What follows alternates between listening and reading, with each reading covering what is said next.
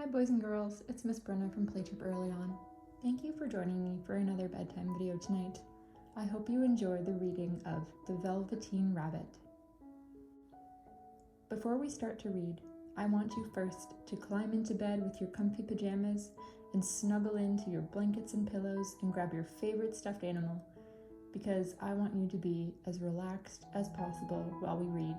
That way, when we're all done, you can drift off to a quiet and peaceful sleep.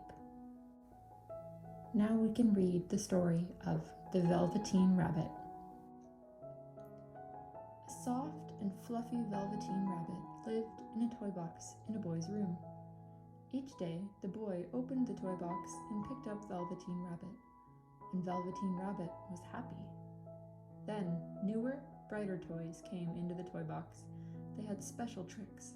Some could move when the boy pushed a button, others bounced super high.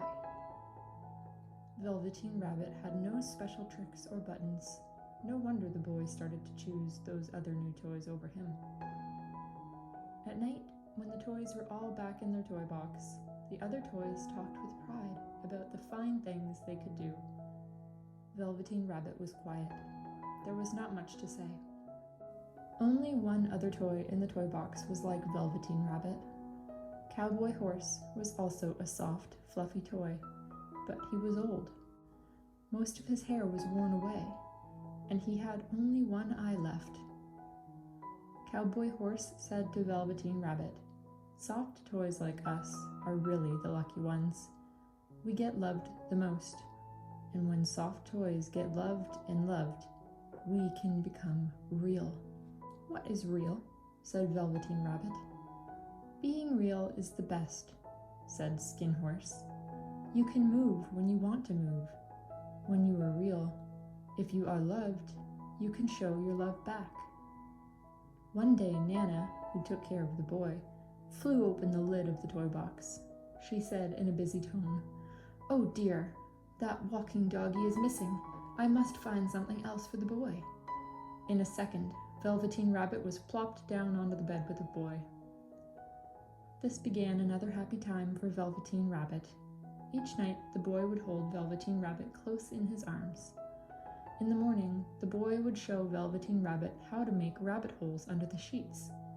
If the boy went outside to a picnic or to the park, Velveteen Rabbit would come with him too. After a while, with their hugging and holding, much of Velveteen's fur got matted down. Its pink nose grew less pink with all of the boy's kisses. But Velveteen Rabbit did not care. It was happy. One day, the boy became sick. His forehead got very, very hot. The doctor came and went. Nana walked back and forth in fear. Day after day, the boy stayed in bed. There was nothing for Velveteen Rabbit to do but to stay in the bed too, day after day. Then, at last, the boy got better. Such joy in the house. The doctor said the boy must go to the shore. How wonderful, thought Velveteen Rabbit. Many times the boy had talked happily about the shore and told of its white sands and big blue ocean. "What about this old bunny?" Nana asked the doctor. "That old thing?" said the doctor. "It's full of scarlet fever germs. Burn it at once and get him a new bunny." So Velveteen Rabbit was thrown into a sack along with the boy's bedsheets and old clothes and a lot of junk. The sack was carried to the backyard. The gardener was told to burn the whole thing. But the gardener was too busy with picking the beans and peas before nightfall, so he left the sack behind. "I will take care of it tomorrow," he said. The sack was not tied at the top, and Velveteen Rabbit fell out. The next day, when the gardener picked up the sack to take it away to be burned, Velveteen Rabbit was not in it. Then it started to rain. Velveteen Rabbit was so sad, so far away from the boy, never again to be nice and cozy together, and now soaking wet. A tear fell from Velveteen Rabbit's eye, over his cheek. It plopped onto the grass. And all at once, at the spot where the tear fell, a flower grew up. Then the bud of the flower opened. A tiny fairy. "Little rabbit," said the fairy, "do you know who I am?" I wish I did, said Velveteen Rabbit. I am the fairy that takes care of toys that are well loved, said the fairy. By then, Velveteen Rabbit was shabby and gray. The boy had loved off all of his whiskers. The pink lining in the ears had long turned gray. Its brown spots, once fresh and bright, were now faded and hard to see. It is time now for me to make you real, said the fairy. I think I remember real, said Velveteen Rabbit. Now, what was it Cowboy Horse had said? Ah, yes. When you are real, you can move when you want to move. If you are loved, you can love back.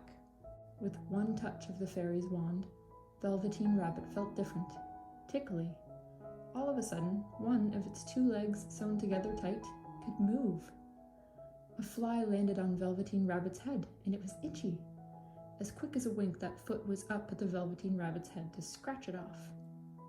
So this is being real. I can move when I want to move. I will show you some new friends, said the fairy. And the fairy took Velveteen Rabbit where several rabbits ran about and hopped about. Soon they were all great friends. Time went by. The boy was back from the shore. He was all better now. One day the boy went to the backyard to play. From the trees nearby, a few rabbit friends hopped out. One rabbit was brown all over, and another one was all white. A third rabbit had brown spots, most of them faded. That one hopped the closest to the boy. The boy thought, why, this rabbit looks just like my old bunny that was lost when I was sick. I loved that bunny. What he didn't know was that it was his very own bunny, come back to see the boy, for he was the reason the Velveteen Rabbit had become real. The end. Thank you for listening to another bedtime video, boys and girls. I hope you enjoyed the story of the Velveteen Rabbit, and I hope you give your stuffed animal an extra big, tight squeeze. Good night and sweet dreams.